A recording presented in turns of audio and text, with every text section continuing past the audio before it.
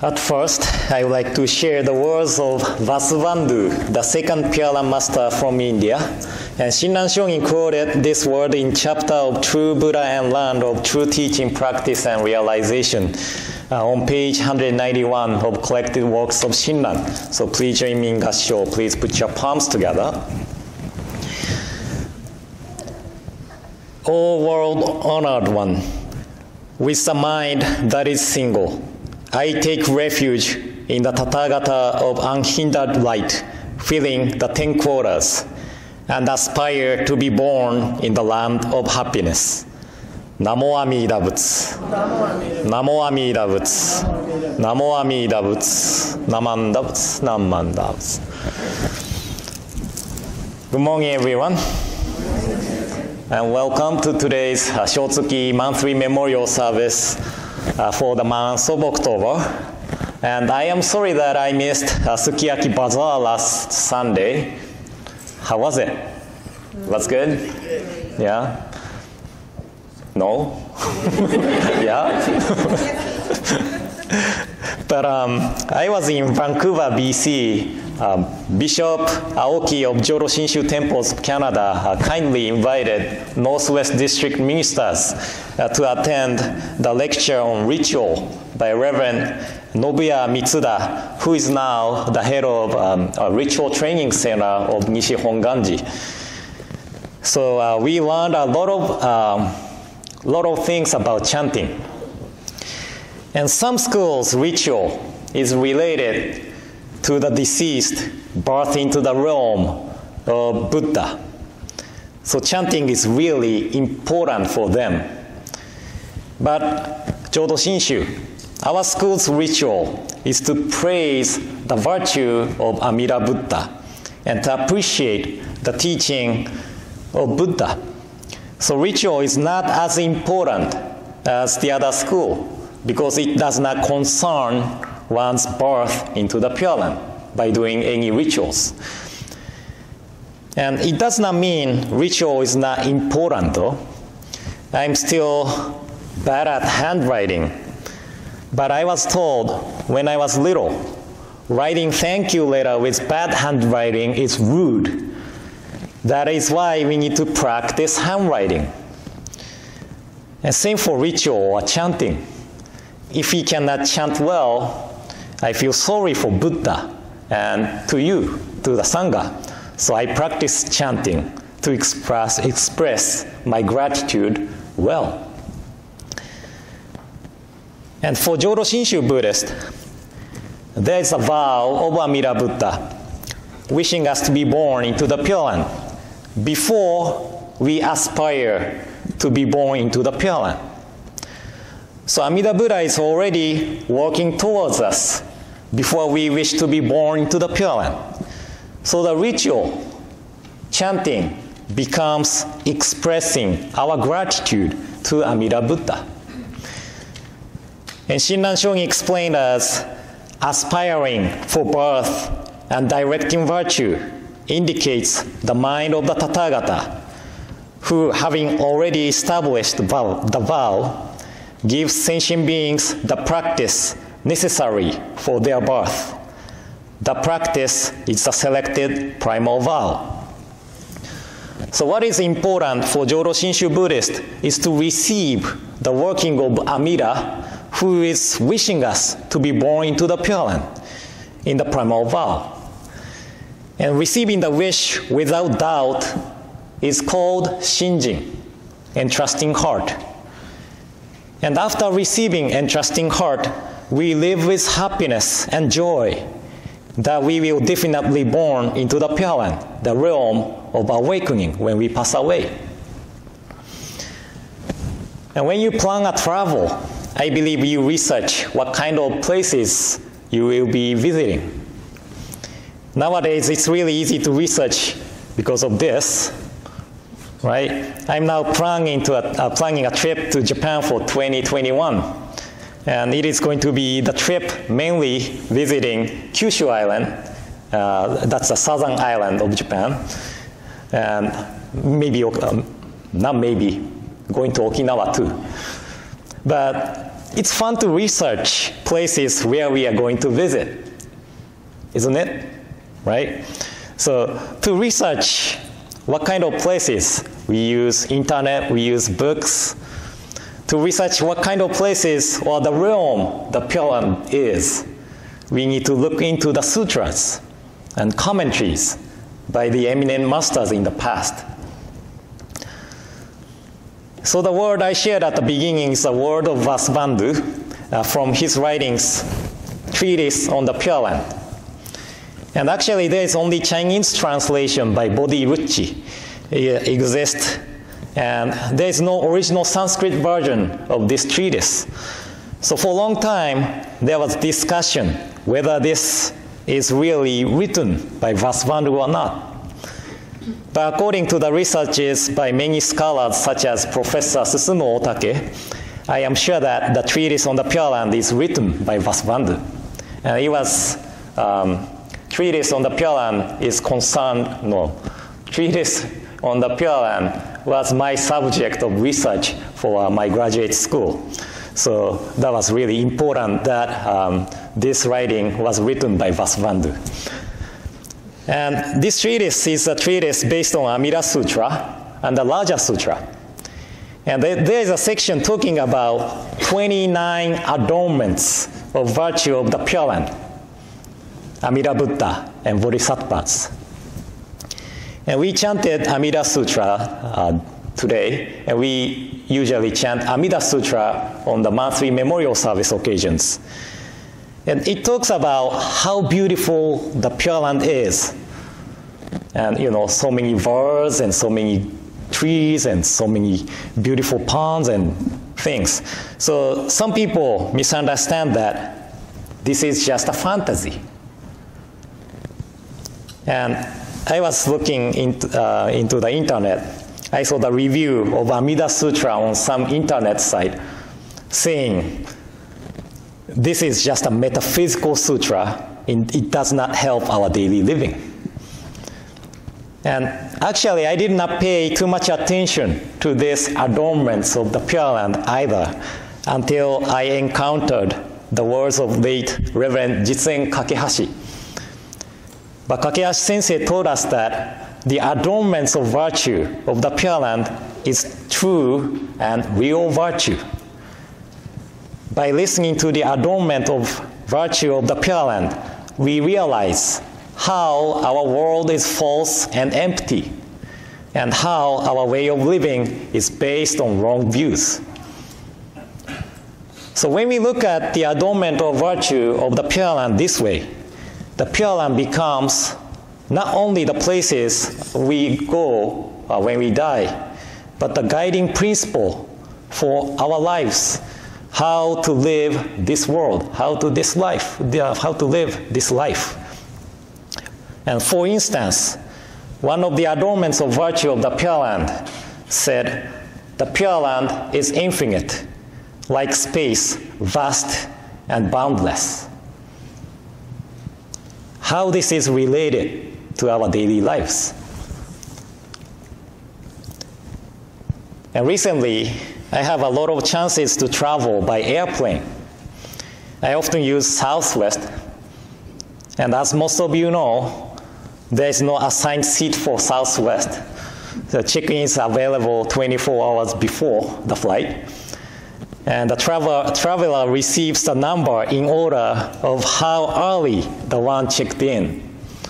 I usually get between A30, B30. So I try to check in really early. So I have plenty of choices of seats when I get on the airplane. I may have talked about this before, but I usually try to get the row number 18. Do you know why? Yeah, that's a primal vow of Amida, 18th vow, right? If I cannot get the row 18, I try to get number 17. That's the really important vow supporting the primal vow of Amida. If I cannot get number 17, I try to get number 10. Do you know why? That was my jersey number for when I was playing basketball, number 10. But when it is full flight, I don't know why, but a lot of times the big person sits next to me. And many times I have to squeeze myself, and I feel that my territory is invaded, right? When I'm feeling good, I am okay with it. But if it's really a long flight going to Japan, or when I am tired, I want to keep my territory like this, right?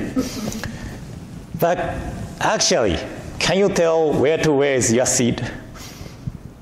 I don't know where is my seat is. And oftentimes, the person is really kind and nice. And so I feel sorry for him or her for not being compassionate, trying to keep my territory. So what I want to say from this episode is that we live within the finite, limited framework of the self, and we judge things and people within the framework of the self. And also, we human beings live in various countries. Now we live in the United States, but we live in the boundaries decided by human beings. Our planet don't say that, from here to here is the United States, from here to here is Mexico, right? It is something human beings decided. We all live in one country, and the law and social welfare is only applicable within the boundaries of one country. So the world, society of human being is finite and limited. The Pure Land is infinite, like space, vast and boundless. That means no matter where we live or where we are, there is no person who does not receive the working of it. So when I think about this adornment or virtue of the Pure Land being infinite like space, vast and boundless, I feel how small and narrow-minded person I am, who is attached to the idea of I, my, me, and mine. And this is a little off topic, but according to Tanlan, another 7 Pure Land masters from China, there are 3 types of compassion, and one is called small love and small compassion. That only applies to close friends and relatives. We care about people related to this self. That is small love and small compassion. But when we pass away, by the working of the primal vow, we become Buddha. And Buddha's compassion is great love and great compassion, which does not choose people. So I think when my mother was alive, the story of my mom probably did not mean anything to you. If she was still alive and I say like, my mom loves pimpon, then you would just think that, your mom loves pimpon. Maybe that's it. But now she had passed away 18 years ago. And when I talk about the story of my mom, like, my mom loved pimpon, but she passed away at the age of 47. Then you would feel that, she passed away so young. And this story probably reminds you of the truth of impermanence. So the memories of my mom meant something just for family and close friends when she was alive. But now, when I talk about her story becomes a cause to remind people how our lives are truly impermanent, and how we cannot take each day for granted. So she became Buddha, which means now she's working with great love and great compassion towards all people. So, please don't think that the Pure Land or becoming Buddha as fantasy. we will be born to the Pure Land and become Buddha when we pass away. But by changing how we look at the adornment of the virtue of the Pure Land, it becomes really practical teaching. And some professors said that we read the 3 Pure Land Sutras with the eyes of Shinran Shongin. If we read the 3 Pure Land Sutra without guidance, we may think that this is just a fantasy.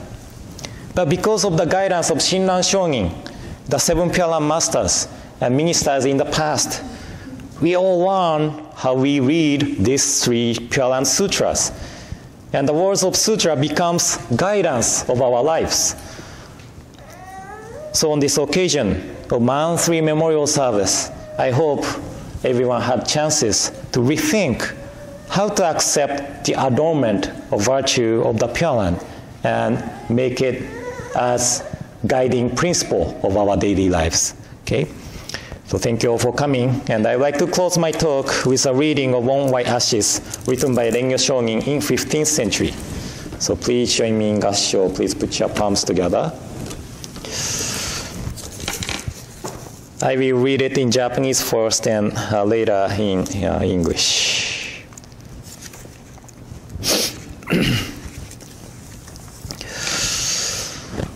それ人間の小なる相をつらつら感ずるにおおよそ儚きものはこの世の始終中幻のごとくなるいちごなりされば未だ漫才の人参の受けたりということを聞かず一生過ぎやすし今に至って誰か100年の業態を保つべきや我や先人や先今日とも知らず明日とも知らず遅れ先立つ人は元の雫末の梅雨よりも茂しと言えりされば明日には幸願があって夕べには白骨となれるみなりすでに無常の風来たりぬればすなわち二つの眼たちまちに閉じ一つの息長く耐えぬれば幸願虚しく返じて通りの装いを失いぬる時は六神眷属集まって嘆き悲しめどもさらにその会あるべからずさてしもあるべきことならねばとて野外に送って弱の煙となし果てぬればただ白骨の溝のこれり哀れというもなかなか愚かなりされば人間の儚きことは老少不浄の境なれば誰の人も早く五生の一大事を心にかけて阿弥陀仏と深く頼み参らせて念仏もすべきものなりあなかしこあなかしこ on white ashes. In silently contemplating the transient nature of human existence, nothing is more fragile and fleeting in this world than the life of man. Thus, we have not heard of human life lasting for 1,000 years. Life passes swiftly, and few among men can maintain their form for even 100 years. Whether I go before others, or others go before me, whether I be today or tomorrow, who is to know? Those who depart before us are as countless as the drops of dew. Though in the morning we may have radiant health, in the evening we may return to white ashes. When the winds of impermanence blow, our eyes are closed forever. And when the last breath leaves us, our face loses its color. Though loved ones gather and lament, everything is to no avail. The body is sent into an open field and vanishes from this world with the smoke of cremation, leaving only the white ashes. Nothing is more real than this truth of life. The fragile nature of human existence underlies both the young and the old. Therefore, we must, one and all, turn to the teachings of the Buddha and awaken to the essence of life.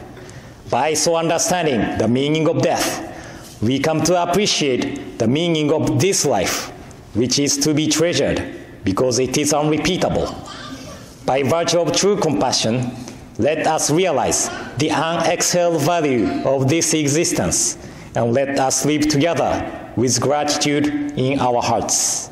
Namo Amida Butsu. Namo Amida Butsu. Namo Amida Butsu. Namanda Butsu. Namanda Butsu.